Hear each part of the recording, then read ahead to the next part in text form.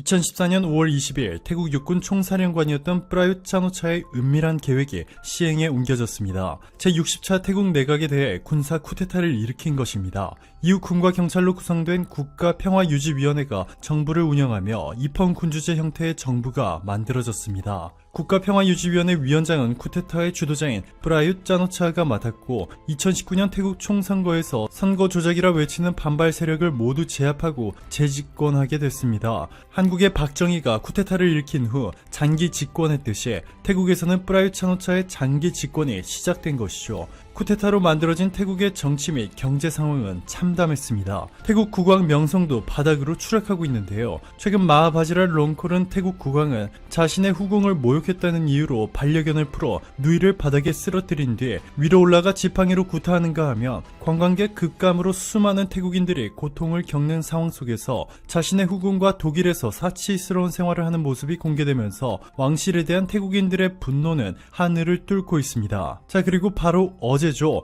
2021년 2월 1일 태국의 바로 옆나라 미얀마에서 비상사태가 발생했습니다. 아웅산 수치 미얀마 국가고문이 사라졌다는 속보가 뜬 지 1시간 만에 미얀마 군부가 쿠데타를 공식 확인하고 민아웅 훌라잉 최고사령관이 권력을 장악했다고 밝혔습니다. 미얀마 군TV는 선거 부정에 대응해 구금 조치를 실행했다. 미얀마군은 1년간 비상사태를 선포하겠다. 권력이 민아웅 훌라잉 최고사령관에게 이양됐다 선포했습니다. 월스트리트저널은 이번 쿠데타는 10년 전 군사 통치에서 민주주의로 전환한 미얀마의 큰 타격이다. 미국과 인권단체들은 미얀마 군부의 민주적 규범을 준수할 것을 요구했다. 지난 11월 아웅산 수치가 선거에서 압승을 한 것을 두고 미얀마 군부는 부정선거라고 말하며 선거 과정에異議를 제기하고 있다 보도했고, 사우스차이나 모닝포스트는 중국은 모든 당사자가 대화로 풀어야 한다. 정치적 안정이 중요하다 보도했습니다. 미얀마군은 공식 페이스북을 통해 우리는 완전한 균형과 공정성을 갖춘 진정한 다당제 민주주의를 수행할 것이다. 자유롭고 공정한 총선을 치른 후 권력이 이전될 것이다 전했습니다. 자, 그런데 현재 5,500만 명에 달하는 미얀마인들과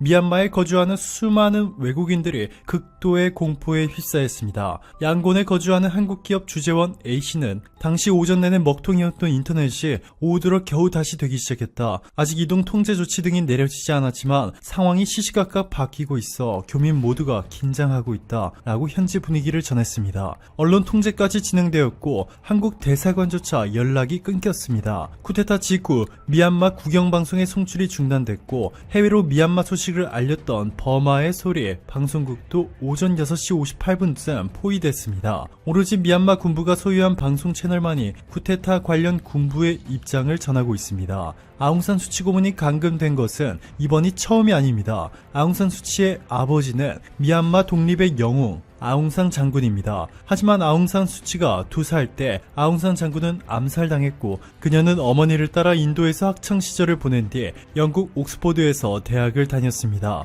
이후 영국의 학자 마이클 에어리스와 결혼하고 아들 2을 낳아 평범한 주부로 살고 있었습니다. 순탄한 그녀의 삶과는 다르게 미얀마는 1962년 내윈 육군 총사령관이 쿠데타를 일으켜 초장기간 군부 독재를 해왔습니다. 이 때문에 빠르게 경제 발전을 이룬 다른 동남아시아 국가들과는 달리 5천만 명이 넘는 미얀마인들은 빈곤 속에 살아가고 있었는데요. 1987년 6월 한국에서 민주화 운동이 성공했다는 소식이 전해지면서 아웅산 수치 고문은 희망의 충격을 받았습니다. 1979년 쿠데타를 일으킨 전두환 때문에 초장기간 군부 독재 속에 살아야 할 위기에 처해 있었던 한국에서 1987년 6월 10일부터 29일까지 기적 같은 일이 일어났습니다. 1987년 6월 10일 전국에서 반정부 민주화 시위가 일어났고 여고생들은 민주항쟁 참여자에게 마실 물과 도시락을 자발적으로 가져다 주는데 5천만 대한민국 국민들이 모두 참여했습니다. 무려 8만 명이 넘는 경찰이 동원되었음에도 전 국민이 참여한 민중항쟁에 결국 전두환은 항복을 외쳤고 대한민국의 민주주의는 다시 돌아왔습니다.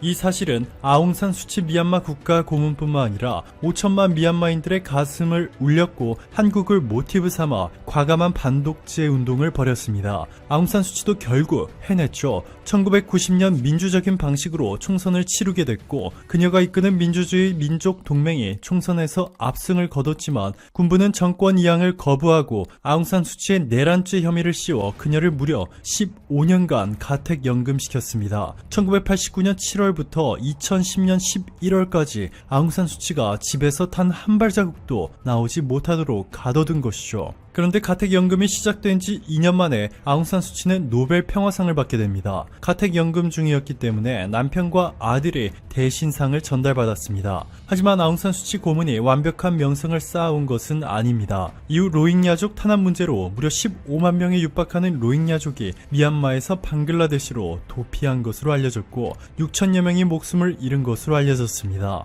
이 때문에 아웅산 수치 노벨 평화상 박탈 가능성까지 제기됐지만 노벨위원회 측은 노벨위원회 임무는 상을 받은 후 수상자의 일을 감독하는 게 아니다. 수상자 스스로 명성을 지켜야 한다. 라며 상을 박탈하지 않은 이유를 설명했습니다. 자, 그리고 2021년 2월 1일 아웅산 수치는 32년 전 자신에게 일어났던 일이 반복됐습니다. 또다시 가택연금이 되어 집에서 단 한 발자국도 나오지 못하게 되었는데요. 미얀마와 마찬가지로 쿠데타를 통해 정권을 잡은 태국의 프라윳 정권은 이번 미얀마 사태에 대해 미얀마 국내 문제라고 딱 잘라 말하며 간섭하지 않겠다는 뜻을 전했습니다. 자, 그런데 미국의 반응은 달랐습니다. 폴리티코는 미국은 미얀마 군부의 쿠데타는 처벌될 것이라 경고했다 라며 바이든 행정부는 미얀마 군대가 미얀마 민간 지도자들에 대한 명백한 쿠데타를 계속할 경우 미국이 행동할 것이라고 경고했다. 이번 미얀마 사태는 조 바이든이 대통령으로 취임한 지 불과 며칠 만에 전개되고 있으며 어떤 면에서는 바이든 외교정책 비전의 중요한 본보기가 될 수도 있다 보도했습니다. 실제로 젠 프사키 백악관 대변인은 즉각 성명을 통해 미국은 최근 미얀마 선거 결과를 바꾸거나 미얀마의 민주적 전환을 방해하려는 어떠한 시도에도 반대한다. 이 조치들이 뒤바뀌지 않을 경우 미국은 책임 있는 사람들의 조치를 취할 것이다 경고했습니다. 미국이 구체적으로 어떠한 조치를 취할지는 알려지지 않았지만 물리적 공격보다는 경제적 제재에 무게가 실리고 있습니다. 미얀마는 GDP의 무려 3분의 1이 수출에 의존하고 있습니다. 값싼 노동력을 이용한 여성 코트, 니트, 스웨터, 정장 등과 천연가스를 태국, 중국, 일본 등에 수출하고 있는데 이 수출이 완전히 막혀버릴 수도 있습니다. 미얀마 경제가 한순간에 붕괴될 수도 있다는 것이죠. 미얀마 군부 정권이 1년간 비상사태를 선포했음에도 현재 미얀마뿐만 아니라 전 세계에 있는 미얀마인들이 큰 소리로 외치고 있습니다. 로이터 통신은 아웅산 수치의 초상화를 들고 있는 수백 명의 버마 시위대가 도쿄에 모였다. 이들은 아웅산 수치를 즉각 석방할 것을 요구하고 있다 보도했고 뿐만 아니라 태국 등에서도 같은 일이 벌어지고 있습니다. 아웅산 수치는 쿠데타 당일 군부가 국가를 독재 정권으로 돌리려 한다. 오늘 일어난 일을 받아들이지 말고 군부 쿠데타에 대항해 진심으로 항의하는 방법으로 대응해 줄 것을 국민들에게 촉구한다 외쳤습니다. 한국의 6월 민주항쟁을 보고 깊은 감명을 받아 미얀마의 군부 독재 탈피와 함께 민주주의 재건을 성공시킨 아웅산 수치가 다시 한번 기적을 만들어낼 수 있을지 귀추가 주목되고 있습니다. 오늘도 감사합니다. 최고로 멋진 하루 보내시길 바랄게요.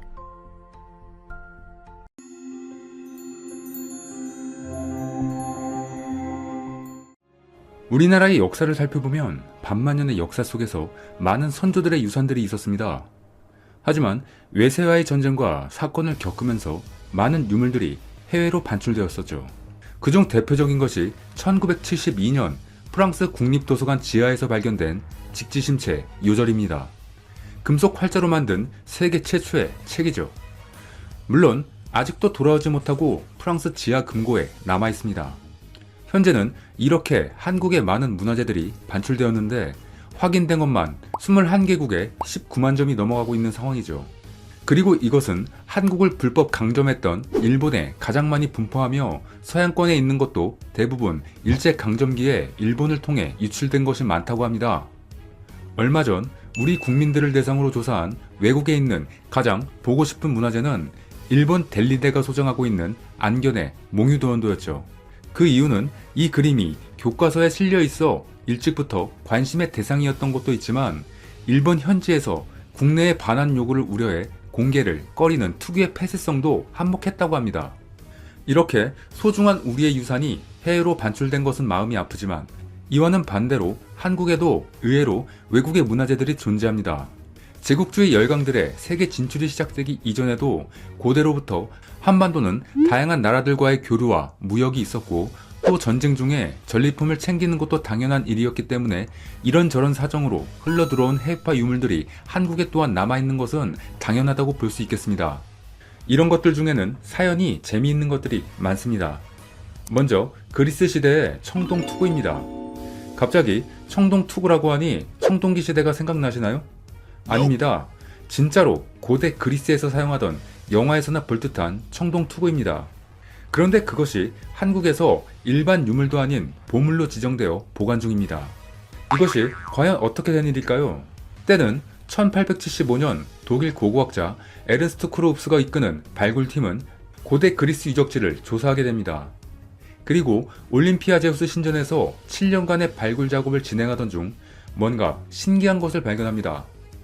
그것은 사람이 얼굴까지 가릴 수 있는 투구였습니다. 그리고 그것은 청동으로 만들어진 것이었죠. 이를 두고 우리는 코린트식 투구라고 하는데 발굴된 것은 그 중에서도 매우 초창기에 제작된 형식의 것으로 얼마 남아있지도 않은 가치가 엄청난 것이었습니다. 그런데 이것이 현재 국내의 보물로 지정되어 박물관에 전시되어 있는 것입니다. 서로 연관성이 없어 보이는 이 유물은 바로 한국의 전설적인 마라토너이신 손기정 선수와 관련이 있었습니다.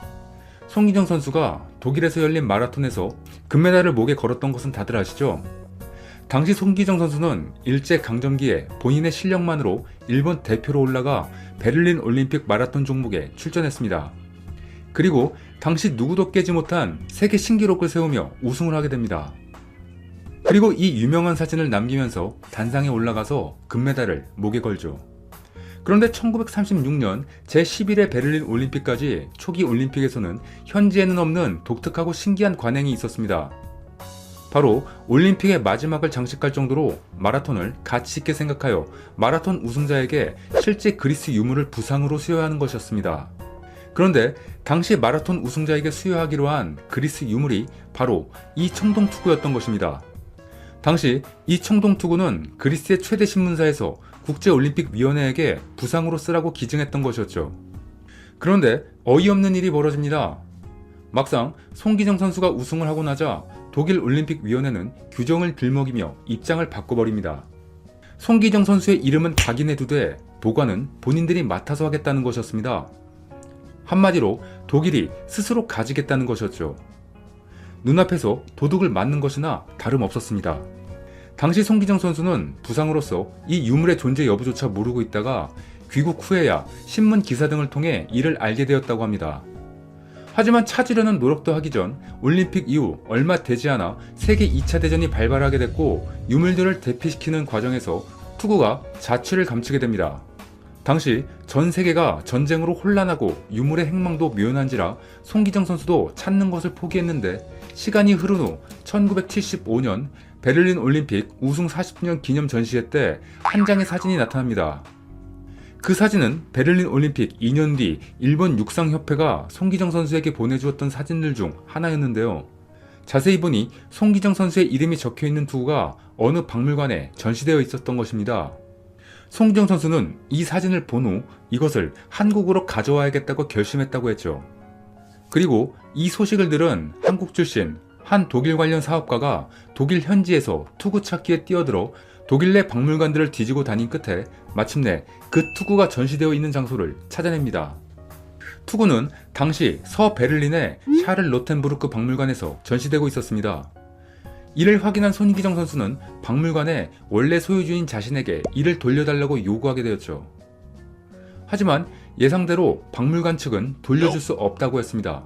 사실 현재도 유물을 되돌려받는다는 것은 쉽지 않은 일인데 이 당시는 그런 태도가 더욱 뚜렷했죠. 그리고 독일은 강제로 뺏은 것도 아닌 당시 올림픽의 규정도 있다고 주장했을 것이니 말이죠. 그런데 여기서 예상치도 못한 국가 그리스가 나서게 됩니다. 그리스의 입장에서도 우승자에게 보내주었던 소중한 유물이 엄한 상대가 가지고 있으니 화가 났겠죠. 차라리 그럴 것이면 원래 주인인 그리스 본인들이 다시 가져오는 것이 맞다고 생각합니다. 그래서 이후 그리스의 많은 사람들이 손기정 선수를 지지하며 반환 운동에 동참하게 됩니다. 이렇게 10년이라는 시간을 반환 요구에 매달린 결과 서독올림픽위원회는 두 손을 들고 베를린 올림픽 50주년을 기념해 1986년 송기정 선수에게 이 투구를 되돌려주게 됩니다. 이렇게 한국으로 들어오게 된 그리스 청동 투구를 송기정 선수는 1994년 대한민국 정부에 기증하며 현재의 국립중앙박물관에 전시되게 된 것입니다. 이 투구는 한국에게도 귀중한 유물이지만 세계적으로도 학술적 가치가 높은 매우 중요한 것이라 하는데요. 한국의 보물로 손색이 없어 보입니다. 다음은 한국의 보물로 지정된 철로 만든 종입니다. 원래 한국은 불교의 전례와 더불어 불교 사상이 국민 생활 속에 깊이 침투되면서 범종의 생산이 활발해지고 양식적으로도 독특한 발전을 하게 되었죠. 그리고 그 종들의 대부분들은 동으로 만들어진 것들입니다. 여러분들도 익숙하신 에밀레종으로 알려진 성덕대왕 신종도 동종이며 범종 가운데 현존하는 가장 오래된 강원 오대산 상원사 동종도 마찬가지죠. 이 밖에도 신라, 고려의 종도 수없이 현재 존재합니다. 그런데 지금 보시는 이 종은 뭔가 우리가 알고 있는 기존의 종들과 다릅니다. 모양 자체부터 다르지만 재질도 특이하게 철로 만들어졌습니다. 이 종은 바로 현재 대한민국 보물 제393호로 지정되어 있는 전등사 철종입니다. 전등사는 강화도에 있는데 고구려 소수리망 시기에 지어졌다고 전해지는 유서 깊은 사찰로서 현재도 여러가지 문화재를 소장하고 있는 유서 깊은 절입니다.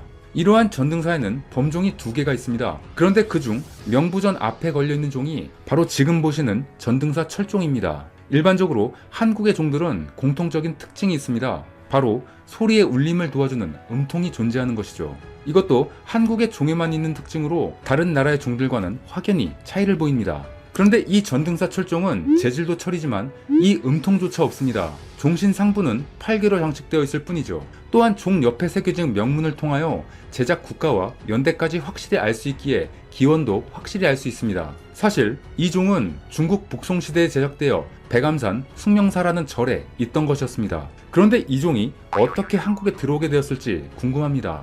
이 종이 한반도로 들어온 것은 뜬금없지만 일제강점기였죠. 2차 세계대전 말기 일본은 이미 기울어진 전쟁에서 버티기 위해 자신이 긁어모을 수 있는 모든 금속을 모으게 됩니다. 이때 한국에서도 놋그릇이며 쟁기며 다 증발당할 시기였죠. 그런데 당시 일본에게 점령되어 있던 중국 지역에서도 이는 예외가 없었습니다. 결국 일본군은 절에 있던 이 철종도 증발해 군수품이 되기 위해서 옮겨집니다. 그리고 이는 옮겨지는 과정에서 한반도로 들어오게 되죠. 그리고 현재의 부평 자리에 있던 군수창고에 보관되어집니다. 그런데 다행히도 이것이 군수품이 되기도 전에 일본이 미국에게 항복하게 되며 이 철종은 그대로 한국에 남게 됩니다. 그 이후 들리는 말에 의하면 신앙심이 높은 불교 신도에 의하여 다시 전등사에 옮겨져 현재까지 보존되어 온 것이라고 전해집니다. 다시 한국의 절에서 자신의 역할을 하게 된 것이죠. 학술적으로도 매우 귀중한 것이기에 중국 종에서 유일하게 우리나라 보물로 지정된 상태입니다. 철로 만든 종이지만 종소리 또한 청아하죠. 중국 종 연구에 귀중한 자료가 되며 우리나라 범종과 비교할 수 있어 가치가 매우 크다고 합니다. 이 두 가지 유물 재미있게 보셨나요? 이것 말고도 한국에 들어와 있는 한국이 고향이 아닌 세계에서 온 유물도 매우 많다고 하는데요. 이렇게 출신지는 다르지만 우리의 문화가 된 많은 유물들은 한국을 넘어 세계적으로도 가치가 높은 것이 많습니다. 모두를 위해서라도 더욱 관리를 잘 해나가야 할 것 같습니다. 다음은 여러분들께 들려드릴 추가 에필로그입니다.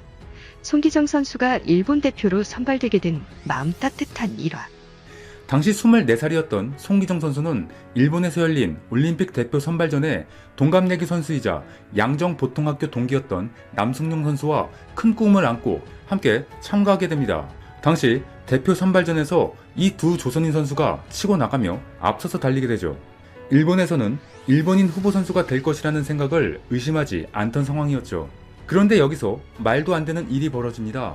후보들 중 일본인 선수 2명이 코스를 몰래 이탈해 지름길로 돌아간 것입니다. 그런데 이것이 송기정 선수와 남승용 선수에게 포착되었고 화가 나서 이를 따라잡자고 다짐했다고 합니다. 결국 결승선 1위와 2위에는 송기정 선수와 남승용 선수가 들어오게 됩니다.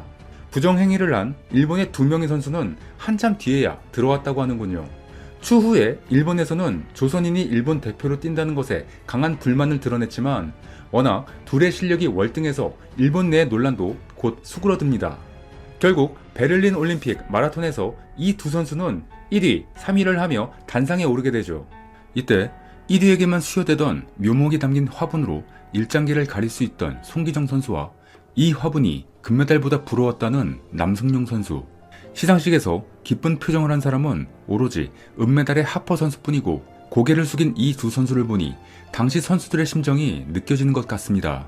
이렇게 당시 나라를 잃은 청년들은 오직 스스로의 실력만으로 일본인들을 제치고 전 세계에 자신들의 이름을 알렸습니다. 오늘의 영상은 여기까지입니다. 이상 이슈트래커였습니다. 끝까지 영상을 시청해주셔서 정말 감사드립니다. 더 좋은 영상으로 찾아뵙겠습니다. 감사합니다.